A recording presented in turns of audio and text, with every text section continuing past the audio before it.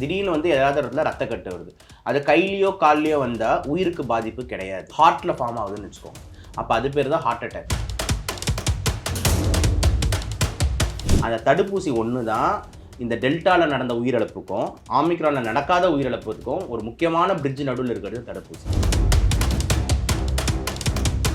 எல்லா தடுப்பூசியுமே 100% இருக்காது சார். ஏதாவது ஒரு சைடு எஃபெக்ட்ஸ் இருக்குமா இந்த மாதிரி? ஒரு 10,000 1 லட்சம் பேரில் ஒருத்தருக்கு அந்த மாதிரி ஏதாவது ஒருத்தர் வந்து ரேர் இன்சிடென்ட்ஸ் தான் வந்து நடக்கலாம். பேருக்கு ஆஸ்ட்ராசெனகா வந்து யூகேல தயாரிச்சிட்டாங்கன்னு வச்சுக்கோங்க, ஃபைசர் அமெரிக்காவில் தயாரிச்சிட்டாங்கன்னு வச்சுக்கோங்க. அதே வேக்சின் வந்து இந்தியாவில் வந்து உடனேலாம் எடுத்து அப்போ நீங்கள் தயாரிச்சிட்டிங்களா அப்படியே எடுத்துகிட்டு வந்து போட முடியாது. இந்தியாவிலேயும் வந்து அந்த வேக்சினை வந்து டெஸ்ட் பண்ணுவாங்க. நான் ஓப்பனாக சொல்லணும்னா இந்த நியூஸ் பார்த்து எனக்கே பயமாக தான் இருந்தது. ஏன்னா நானும் கோவிஷீல்டு தான் போட்டிருக்கேன்.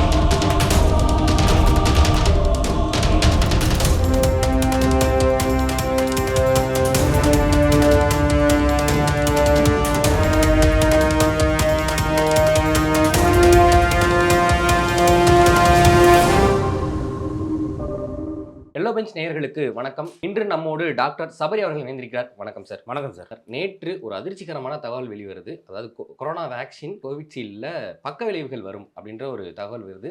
ஸோ தடுப்பூசி அப்படிங்கும்போது அதை டெஸ்ட் பண்ணாமல் இந்த மாதிரி பயன்படுத்துவாங்க. என்ன மாதிரியான பக்க விளைவுகள் வருது? ஒரு 2 தான் அவங்க சொல்லியிருக்காங்க. என்ன மாதிரியான பக்க விளைவுகள் வர்றது வாய்ப்பு? அதாவது இன்றைக்கி நம்ம பேச போகிற டாபிக் வந்து ஏஇஎஃப்ஐன்னு சொல்லுவாங்க. அதாவது அட்வர்ஸ் எஃபெக்ட்ஸ் ஃபாலோயிங் இம்யூனைசேஷன். அதாவது ஒரு தடுப்பூசி போட்டதுக்கப்புறம் என்னென்னலாம் சைடு எஃபெக்ட்ஸ் வரக்கூடும்ன்றது தான் ஏஇஎஃப்ஐன்ற டாபிக். இது ஒரு தனியாக வந்து ஒரு கொஸ்டினாக கூட மருத்துவ மாணவர்களுக்கு வந்து கேட்பாங்க. ஏன்னா எனி வேக்சின் அப்படின்னு எடுத்துக்கிட்டோம் அப்படின்னா வந்துட்டு எப்படி அது வந்து யூஸ் பண்ணுறாங்க, இல்லைனா எதுக்கு யூஸ் பண்ணுறாங்கன்னா வந்துட்டு பெனிஃபிட்ஸ் மோர் தேன் ரிஸ்க் அப்படின்றது தான் கான்செப்ட். அதாவது இதனால் வந்து நிறைய பெனிஃபிட்ஸ் இருக்கணும், மிக குறைவான ரிஸ்க்காக இருக்கணும், லட்சக்கணக்கான மக்கள் காப்பாற்றப்படணும். 1-2 பேருக்கு ஏதாவது ஆச்சுன்னா வந்து அது ஒரு பொருள் வராது. ஓகேங்களா? அதுதான் ஏஇஎஃப்ஐயோட கான்செப்ட்ஸ். அதான் வந்து இந்த வேக்சின் தயாரிக்கிறோட கான்செப்ட். ஸோ நேற்று ஆஸ்ட்ராசெனகான்ற நிறுவனம் உங்களுக்கு தெரியும். அவங்க தான் வந்துட்டு மெயினாக கோவிஷீல்டை வந்துட்டு தயாரித்த ஒரு நிறுவனம். நீங்கள் வந்து பார்த்தீங்கன்னா வந்து சீரம் இன்ஸ்டியூட் ஆஃப் இந்தியாவோட டைப் பண்ணி இந்த வேக்சின்ஸ் வந்து ஜென்ரேட் பண்ணுறாங்க. ஸோ இப்போ வந்து என்ன மாதிரி சைட் எஃபெக்ட்ஸ் அவங்க விட்டுருக்காங்கன்றத முதல்ல நான் வந்து பேசுவோம். அதுக்கப்புறம் என்ன ரீசன்ஸு என்னவா இருக்கலான்ற மாதிரியும் பார்க்கலாம். ஃபர்ஸ்ட் ஆஃப் ஆல் அவங்க வந்து கோர்ட்டில் வந்து நிறைய பேஷண்ட்ஸ் வந்து கோர்ட்டில் வந்து அவங்களுக்கு வந்து தாக்கல் பண்ணுறாங்க. இந்த மாதிரி நிறைய ஹார்ட் அட்டாக்ஸ்னால ஏகப்பட்ட பேர் இறந்துருக்காங்க, ஸ்ட்ரோக் வந்து இறந்துருக்காங்க, அந்த வேக்சின் போட்டதுனால தான் காரணம் அப்படின்ட்டு. இத்தனை நாள் ட்ரையல்ஸில் வந்து ஆஸ்ட்ராசெனகா வந்து அதை வந்து பெருசாக ஒத்துக்கல, அதே வாதமாக வச்சுக்கிட்டு இருந்தாங்க. அப்புறம் லாஸ்ட்டாக ஒரு கட்டத்தில் வந்துட்டு இது வந்து ரேராக நடக்கிற ஒரு விஷயம் தானே, இந்த வேக்சின் மட்டும்னா நிறைய வேக்சின் நடந்திருக்கு, இந்த வேக்சின்லேயும் வந்து பார்த்திங்கன்னா வந்து டிடிஎஸ்ன்ற ப்ராப்ளம் வரும் அப்படின்ற மாதிரி சொல்கிறாங்க. அது என்ன சார் டிடிஎஸ் அப்படின்னு மக்களுக்கு புரியணும்னா த்ராம்பாட்டிக் த்ராம்போசைட்டோபெனிக் சிண்ட்ரோம் அப்படின்னு சொல்லுவாங்க. த்ராம்பஸ் அப்படின்றதுனால ரத்தக்கட்டு. த்ராம்போசைட்டோபீனியானா என்னன்னா நம்ம ரத்தக்கட்டுக்கு வந்து முக்கியமான ஒரு அணு இருக்கும், அது பேர் தான் பிளேட்லெட்ஸ்னு சொல்லுவாங்க. அந்த பிளேட்லெட்ஸ் குறையிறது பேர் தான் த்ராம்போசைட்டோபீனியா அப்படின்னு சொல்லுவாங்க. ஸோ த்ராம்பாட்டிக் த்ராம்போசைட்டோபீனியா சிண்ட்ரோம்ன்றது என்னன்னா அங்கங்கே ரத்தக்கட்டு வரும், பிளேட்லெட்டும் குறைவாக இருக்கும். ஏன்னா எல்லா பிளேட்லெட்டும் ஒரே இடத்துல அக்யூமுலேட் ஆகிறதுனால அந்த இடத்துல ரத்தக்கட்டு வரும். இதான் த்ராம்பாட்டிக் த்ராம்போசைட்டோபெனிக் சிண்ட்ரோம். இது வந்து பார்த்தீங்கன்னா ரொம்ப ரேராக வருது, டாக்குமெண்ட் ஆகுதுன்ட்டு. எந்த அளவுக்கு ரேர் அப்படின்னு பார்த்தீங்கன்னா வந்து 0.002%. ஓகேங்களா? இப்போ 100% இருக்குது அப்படின்னா அதில் வந்து 2 பேருக்கு வந்ததுன்னா அது 2 பேருக்கு வந்தால் 2%ன்னு சொல்லலாம். ஓகேங்களா? ஸோ 0.02ன்றது அதுக்கும் கம்மி. ஓகேங்களா? இப்போ வந்து 0.02 கூட கிடையாது, 0.002% தான் வந்து அதோட இன்சிடென்ட்ஸ் வந்து இருக்குது. எது இந்த த்ராம்பாட்டிக் த்ராம்போசைட்டோபெனிக் சிண்ட்ரோம். இதில் என்ன நடக்குது? திடீர்னு வந்து ஏதாவது இடத்துல ரத்தக்கட்டு வருது. அது கையிலையோ கால்லையோ வந்தால் உயிருக்கு பாதிப்பு கிடையாது. ஏன் அப்படின்னா வந்து கையில் காலில் வரும்போது நம்ம கால் வீக்கமாகும், அதுக்கு டாக்டரை போய் பார்ப்பாங்க, ரத்தக்கட்டு இருக்குன்னு சொல்லிட்டு ரத்தக்கட்டு ஆகிற மெடிசின்ஸை வந்து கரைக்கிற மெடிசின்ஸை கொடுத்தாங்கன்னா அந்த ரத்தக்கட்டு சரியாயிடும். ஆனால் ஃபார்ம் ஆகும் போதே ஃபஸ்ட்டு டைம் வந்து அந்த ரத்தக்கட்டு ஹார்ட்டில் ஃபார்ம் ஆகுதுன்னு வச்சுக்கோங்க. அப்போ அது பேர் தான் ஹார்ட் அட்டாக். ஓகே, அப்போ திடீர்னு ஹார்ட் அட்டாக் வந்து இறக்குறாங்க. இதே அந்த ஃபார்ம் ஆகிற ரத்தக்கட்டு பிரெயினில் ஃபார்ம் ஆகுதுன்னு வச்சுக்கோங்க, அது பேர் தான் பக்கவாதம், ஸ்ட்ரோக்குன்னு சொல்லுவாங்க. அப்போ ஒரு சைடு கை கால்லாம் வராமல் விளங்கி போய் கை கால் விளக்காமல் வந்துட்டு காலம் ஃபுல்லாக அப்படியே இருக்கிற மாதிரி ஒரு இது வந்து ஏற்படுது. இதுதான் வந்து இந்த த்ராம்பாட்டிக் த்ராம்போசைட்டோபெனிக் சிண்ட்ரோம் அப்படின்ற மாதிரி சொல்கிறோம். இதான் ஆஸ்ட்ராசெனகா வந்து சொன்ன அந்த தகவல். நம்ம ஊரில் வந்து நம்ம பார்க்குறோமான்னு பார்த்தா ஓப்பனாக சொல்லணும்னா வந்துட்டு நம்ம பாப்புலேஷன் அவ்வளோ அதிகம். ஓகேங்களா? நிறைய ரிஸ்க் ஃபேக்டர்ஸ் இருக்குது. அதாவது இப்போ வந்து இந்த ஸ்ட்ரோக்கோ ஹார்ட் அட்டாக்கோ ஃபார்ம் ஆகிறதுக்கு நம்ம வாழ்கிற லைஃப் ஸ்டைல்லேருந்து, நம்ம சாப்பிட்ற சாப்பாடுலேருந்து, நம்ம பண்ணுற பேட் ஹேபிட்ஸ்லேருந்து, சிகரெட் ஸ்மோக்கிங், ஆல்கஹால் இருக்கும், பேட் ஹேபிட்ஸ்லேருந்து, ப்ளஸ் வந்து ஆல்ரெடி அவங்களுக்கு இருக்கிற இணை நோய்கள், பிபி இருக்கும், சுகர் இருக்கும், இணை நோய்கள், வயசு முதியோர்கள், இது எல்லாமே இத்தனை ரிஸ்க் ஃபேக்டரை வச்சுக்கிட்டு இந்த கோவிட் வேக்சின் தான் இந்த 5 தாண்டி இது மட்டும்தான் அப்படின்னு சொல்லிட்டு எங்கனாலையும் எந்த கேஸ்லேயும் வந்துட்டு ப்ரூவ் பண்ண முடியல. ஏன்னா நானே நிறைய கேசஸ் பார்த்துருக்கேன். நம்ம பல்மனாலஜின்ற ஆங்கிளில் வந்து கோவிட் மெயினாக ட்ரீட் பண்ணுன்ற ஆங்கிள்லேருந்து நம்மகிட்ட நிறைய பேஷண்ட் சொல்கிறாங்க, சார் இந்த வேக்சின் போட்டதுக்கப்புறம் தான் வந்து எனக்கு இந்த மாதிரி வீசிங் ப்ராப்ளமே வருது, இந்த வேக்சின் போட்டதுக்கப்புறம் தான். ஸோ இந்த வந்து இதெல்லாமே நம்ம ஒரு கோயின்சிடென்ஸாக தான் எடுக்க முடியுதே தவிர கரெக்டாக ஒரு சயின்டிஃபிக் ப்ரூஃபாக வந்துட்டு நம்ம வந்து சொல்ல முடியல. ஏன்னா இப்போ அதே சொல்கிற இந்த வீசிங் ப்ராப்ளம் சொல்கிற பேஷண்ட்டு வீட்டில் 2 நாய்க்குட்டியை வளர்த்துக்கிட்டு இருக்காங்க. புரியுதா நான் சொல்கிறது? சென்னை மாதிரி ஒரு டஸ்டி பொல்யூஷன் நேரத்தில் இருக்காங்க. அப்படின்னும் போது அதனால கூட வரலாம் அதை மட்டும் காரணமாக வைக்க முடியாது. ஸோ நான் என்ன சொல்கிறேன்னா, மேபி இதுக்கு ஒரு ரோல் இருக்கலாம், மறுக்கல. பட் ஆனால் மல்டி ஃபேக்டோரியலாக இந்த ப்ராப்ளம் அணுகிறது தான் கரெக்டாக இருக்கும். ஓகேங்களா? ஒரு ஹார்ட் அட்டாக்ஸ்னும் போது ஆல்ரெடி அவருக்கு நிறைய ரிஸ்க் ஃபேக்டர்ஸ் இருக்கலாம், கூட இதுவும் ஒரு இன்சல்ட்டிங் ஏஜென்ட்டாக வந்து இருந்திருக்கலாம் அப்படின்னு தான் சொல்ல முடியும். பியூராக இது வந்து டிடிஎஸ் ஆகுது அப்படின்றத நான் சொன்ன மாதிரி very very very very rare 0.002% தான் வந்துட்டு இருக்குது. அதுவும் வந்து நிறைய விஷயங்கள் சொல்கிறாங்க யாருக்கு வந்து அந்த மாதிரி வந்து நடக்கும் அப்படின்றத சொல்கிறாங்க. சார் இப்போ கோவிட் சீலில் மேக்ஸிமம் இந்த மாதிரி விஷயம் கிட்டத்தட்ட 2 வருஷம் கழிச்சு வந்துருச்சு. இப்போ நம்ம மோஸ்ட்லி இந்தியாவில் யூஸ் பண்ணது கோவேக்சின். ஸோ அதுலேயும் இந்த மாதிரி சைடு எஃபெக்ட்ஸ் இருக்கிறதுக்கு வாய்ப்பு இருக்கா? கண்டிப்பாக வந்து இருக்குது. இப்போ என்னென்னா கோவேக்சின் கோவிஷீல்டுக்கு டிஃப்ரென்ஸ் என்னென்னா, இந்த நம்ம கோவிஷீல்டு ஆஸ்ட்ராசெனகா தயாரிச்சிருந்தா adeno vector vaccine. Okay, adeno virus வெக்டார்ன்றது என்னென்னா, அடினோ வைரஸ்ன்றது ஒரு வைரஸ். அதை வந்துட்டு ஒரு டிரான்ஸ்போர்ட் மீடியாவாக பயன்படுத்தி ப்ளஸ் கொரோனா வைரஸை அந்த அடினோவில் செலுத்தி அந்த அடினோ வைரஸ் வந்து அந்த கொண்டு போகும். இப்போ எப்படி எக்ஸாம்பிள் ஒரு சேட்டலைட் வந்து நம்ம வந்து விண்கலத்தில் வந்து நம்ம அனுப்புகிறோம் அப்படின்னா ராக்கெட்டில் அனுப்புகிறோம். இதில் ராக்கெட்ன்றது வந்து ஒரு ஏவுகணை தான். ஓகேங்களா? ஆனால் ராக்கெட்ன்றது ஒரு டிரான்ஸ்போர்ட் மீடியா தான். ஆனால் மெயினாக கொண்டு போகிற அந்த பொருள் தான் அந்த சேட்டலைட். அங்கே மேலே போனோடனே அந்த சேட்டலைட்டை பொறுத்தனோடனே அந்த ராக்கெட் காணாம போய் முடிஞ்சிடும். ஓகேங்களா? அதே மாதிரி தான் வந்துட்டு அடினோ வைரஸ் வெக்டார் வேக்சினில் கொரோனா வைரஸை கொண்டு போகிறதுக்கு ஒரு வெக்டார் யூஸ் பண்ணுறாங்க. அதுதான் இந்த அடினோ வைரஸ். இந்த வேக்சினில் வந்து இந்த ரிப்போர்ட் இப்போ வந்திருக்கு. இந்த வேக்சின் யூஸ் பண்ணி 0.002% வந்து இந்த டிடிஎஸ் வருதுன்ற மாதிரி ஒரு ப்ரூவன் ரிப்போர்ட் வந்து வந்திருக்கு. ஓகே, இப்போ இதை கூட வந்து என்ன சொல்கிறாங்க அப்படின்னா, இந்த வேக்சின் போடுற அந்த டெக்னிக்கல் திங்ஸ்லாம் நல்லா வந்து பார்க்கும்போது என்ன சொல்கிறாங்கன்னா, வேக்சின் போடுறோம்ல எங்கே போடுறாங்க அப்படின்னு பார்த்தீங்கன்னா இந்த கையில் போடுறாங்க. ஓகேங்களா? இந்த டெல்டாய்டுன்னு சொல்கிற இந்த மசில்ஸில் தான் போடுறாங்க. இப்போ அந்த வேக்சின் போடுற அந்த டாக்டரோ இல்லைன்னா நர்ஸோ இல்லைனா நிறைய இடத்துல பார்த்தீங்கன்னா வந்து முன்கள பணியாளர்களே வேக்சின் போட்டுட்டு இருந்தாங்க. ஏன்னா நம்மள மாதிரி ஊரில் வந்து நம்மளுக்கு ஒருத்தவங்க ட்ரெயின்டு ப்ரொஃபஷனல் போடுறதுக்கு சான்ஸ் கம்மி, கஷ்டம். ஓகேங்களா? ஸோ ஆஷா ஒர்க்கர்ஸு அதே மாதிரி வந்துட்டு கொஞ்சம் ட்ரெயின்டு ஸ்டாஃப் நர்சஸ் இவங்க எல்லாருமே கூட வந்து வேக்சின் போடுறதுல வந்து ஈடுபட்டு இருந்தாங்க. ஸோ வேக்சின் போடும்போது இந்த இடத்துல வந்து மசில்ஸில் தான் நம்ம போடணும், அதாவது தசைகளில் தான் நம்ம போடணும். சில இடத்துல நம்ம போடும்போது இந்த இடத்துல 1-2 ரத்த குழாய்களும் வரும். ஓகேங்களா? நீங்களே பாருங்க, சும்மா எங்கே நீங்கள் குத்தனா ரத்தம் வரும்ல. ஓகே, அந்த மாதிரி நீங்கள் போடும்போது கரெக்டாக மசில்ஸில் போடணும். அது எப்படி போடுவாங்கன்னா, நம்ம போட்டதுக்கப்புறம் திருப்பி ஆஸ்பிரேட் பண்ணி பார்ப்போம். அந்த ஊசி குத்தினதுக்கப்புறம் அந்த சிரிஞ்சை ஆஸ்பிரேட் பண்ணி பார்ப்போம். ஆஸ்பிரேட் பண்ணும்போது பிளட் வரக்கூடாது. ஓகே, இது நிறைய பேர் வந்துட்டு டெக்னிக்கலாக தெரிஞ்சவங்க தான் இதை வந்து கரெக்டாக பண்ண முடியும். சில பேர் இப்படி குத்திட்டு டக்குன்னு இன்ஜெக்ட் பண்ணிடுவாங்க. ஓகேங்களா? ஏன்னா அவ்வளோ பேருக்கு போடுறோம் அப்படின்ற மாதிரி, அது வந்து தவறு கிடையாது. ஸோ இப்படி இழுத்து பார்க்கலன்னா பிளட் வருது அப்படின்னா அப்போ நம்ம ஏதோ ரத்த குழாய்கிட்டையும் இருக்கும்னு அர்த்தம். அப்போ வந்து கொஞ்சம் நம்ம விட்ரா பண்ணிட்டு வேறு ஆங்கிளில் போயிட்டு திருப்பி இழுத்து பார்த்துட்டு இல்லை ரத்தம் வரலை, அப்போ நம்ம தசையில் தான் இருக்கும்னு உறுதின்னு சொன்னதுக்கப்புறம் தான் அந்த இன்ஜெக்ஷனை செலுத்தணும்.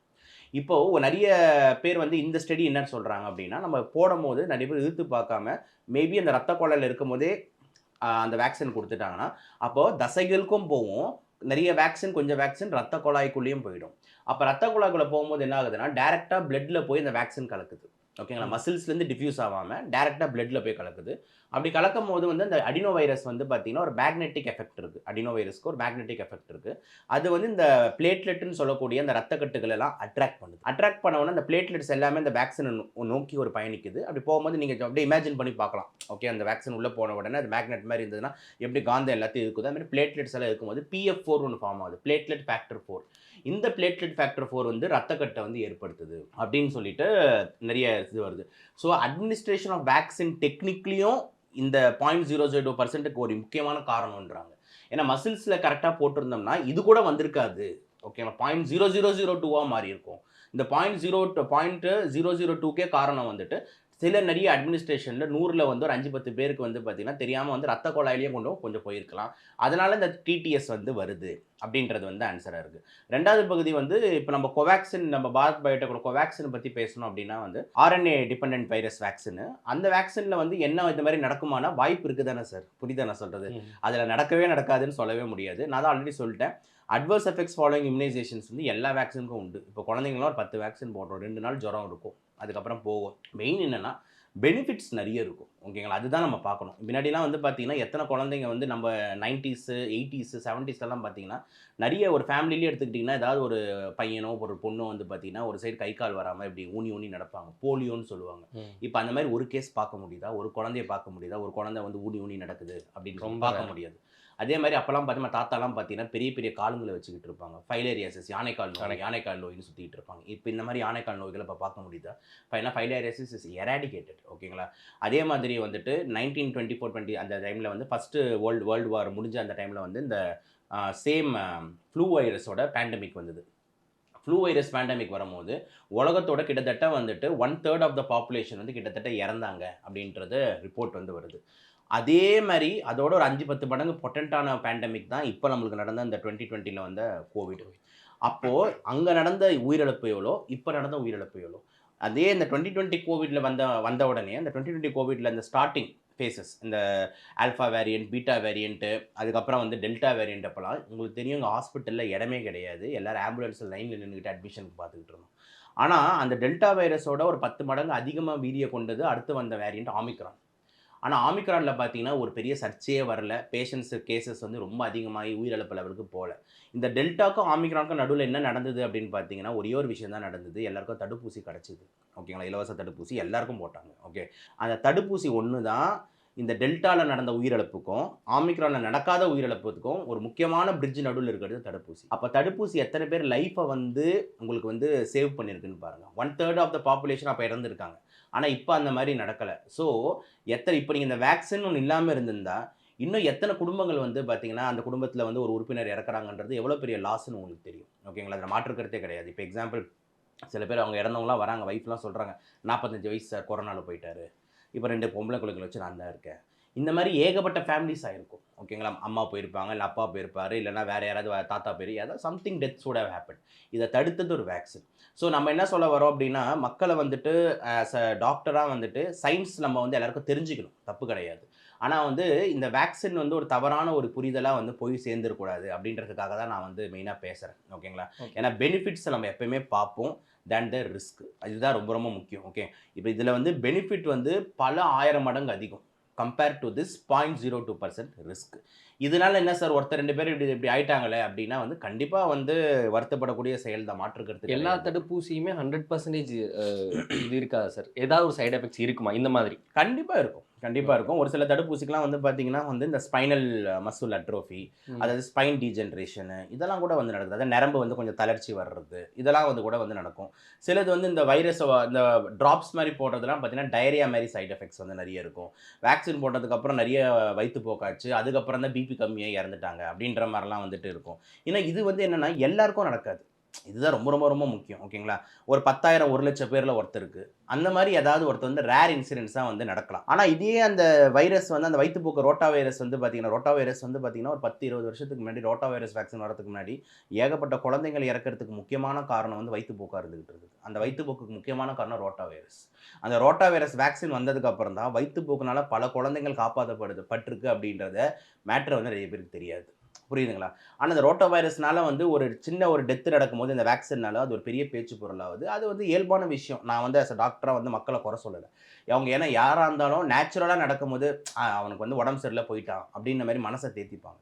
ஆனா ஒரு டாக்டரோ ஒரு இன்டர்வென்ஷன் பண்ணும்போது, ஒரு வேக்சினோ இல்லன்னா நானே ஒரு ப்ரொசீஜர் பண்றேன். எக்ஸாம்பிள் வந்து ஒரு 2 மாசத்துக்கு முன்னாடி வந்து ஒரு சின்ன ஒரு தாத்தா ஓகேங்களா? அவருக்கு வந்து பார்த்தீங்கன்னா, இந்த லங்ஸ்ல வந்து பயங்கரமா காத்து சேர்ந்திருந்தது. ஆல்ரெடி வரும்போது ரொம்ப கிரிட்டிக்கல். பிபி ரொம்ப கம்மியா இருக்கு. ஒரு 1/2 மணி நேரத்தில அவருக்கு வந்து நான் டியூப் போடலன்னா அவர் இறந்துருவாரு. அப்படின்ற நிலைமை வந்து இருக்கு. ஸோ அப்படின்னு இருக்கும்போது நான் உங்ககிட்ட சொல்றேன், இவ்வளோ பிபி கம்மியா இருக்குங்க. காத்து ஃபுல்லா சேர்ந்திருக்கு. இத நம்ம இம்மீடியட்டா டியூப் போட்டு காத்த ரிலீஸ் பண்ணணும். இல்லன்னா வந்து உயிருக்கே ஆபத்தாயிரும்ன்றேன். சரிங்க சார், சரிங்க சார். சரின்னு சொல்லிட்டு அதுக்கப்புறம் நான் வந்து ஆப்பரேஷன் பண்ணி அந்த டியூப வந்து இன்சர்ட் பண்றேன். இன்சர்ட் பண்ணும்போதே அவருக்கு வந்து வயசான காலத்தினால கொஞ்சம் பிபி ஆல்ரெடி ஃபால் ஆனது. இன்சர்ட் பண்ணி ஒரு 2 நிமிஷம், 3 நிமிஷம் இருக்கும். காத்தெல்லாம் வெளிய வந்தது. கொஞ்சம் ஸ்டெபிலைஸ் ஆகுற மாரி இருந்தது. திடீர்னு கார்டியாக் அரெஸ்ட்க்கு போயிட்டாரு. ஓ. அவருக்கு சிபிஆர் போட்டோம், எல்லாம் பண்றோம். ரிவைவ் ஆகல. வெளிய வந்து தாத்தா வந்து இறந்துட்டாரு அப்படின்ற மாரி ரிலேட்டிவ் கிட்ட நம்ம சொல்றோம். சொல்லும்போது அவங்க அவங்களோட இது வந்து என்னன்னா, டோட்டலா அவருக்கு இருந்த ப்ராப்ளம். 1 வாரமா வீட்ல காத்து சேர்ந்தவர வச்சுக்கிட்டு இவ்வளோ சீரியஸ் ஆயி ஹாஸ்பிட்டல் கூட்டிட்டு வரோமே, தாத்தாவ கண்டுக்காம விட்டுட்டோமே, எதுவுமே அவங்க மைண்ட்ல இருக்காது. இந்த டாக்டர் இந்த சர்ஜரி பண்ணதுக்கு அப்புறம் தான் அந்த தாத்தா இறந்துட்டாரு அப்படின்றது தான் பிரேக்கிங் நியூஸ். புரியுது நான் சொல்றது? கிட்டத்தட்ட விவேக் சாரோட இறந்த இன்சிடென்ட்டும் இதுவும் மெர்ஜ் ஆகுது சார். இப்போ நேத்து இந்த தகவல் வந்த உடனே விவேக் சாரோடது எடுத்து பாருங்க, நாங்க சொன்னோம் தடுப்பூசி போட்டதுனால தான் விவேக் அவர்கள் இறந்துட்டாரு அப்படின்னு சொல்றாங்க. இப்போ நீங்க சொன்ன மாதிரி மல்டிபிள் சோர்சஸ் இருக்கு. பொல்யூஷனா இருக்கட்டும், நம்மளோட ஹேபிட்ஸா இருக்கட்டும். ஸோ தடுப்பூசி மட்டுமே காரணம் கண்டிப்பா காரணம் கிடையாது சார். அதே மாதிரி ஒரு சயின்ஸ்ல இருந்துகிட்டு நான் உட்காந்துக்கிட்டு அப்படி பேசினா அது தவறாயிடும் சார். நம்ம படிச்சதே சயின்ஸ் தானே நம்மளுக்கு மெயின். ஸோ சயின்ஸை வந்து நம்ம எப்பவுமே வந்து பார்த்தீங்கன்னா அது பண்ண பெனிஃபிட்ஸ் தான் நம்ம பேசணும். அதே மாதிரி ஒரு வேக்சின் வெளியே வரதுக்கு முன்னாடி சும்மா விட மாட்டான் சார். நான் சொல்றது புரியுதுங்களா? இன்னைக்கு வீட்டில் நீங்கள் அப்படியே சும்மா ஒரு கடலை முட்டையை செஞ்சீங்க, ரோட்டில் போய் வித்தீங்கன்ற மாதிரி கிடையாது. ஓகேங்களா? It is a big players are there, big trials are there, big agencies are there. அதே மாதிரி செக்கிங் பாயிண்ட்ஸ் இருக்குது சார். ஓகேங்களா? ஃபேஸ் 1 ஒரு ட்ரையல் இருக்குது, அது அனிமல்ஸில் செக் பண்ணணும்.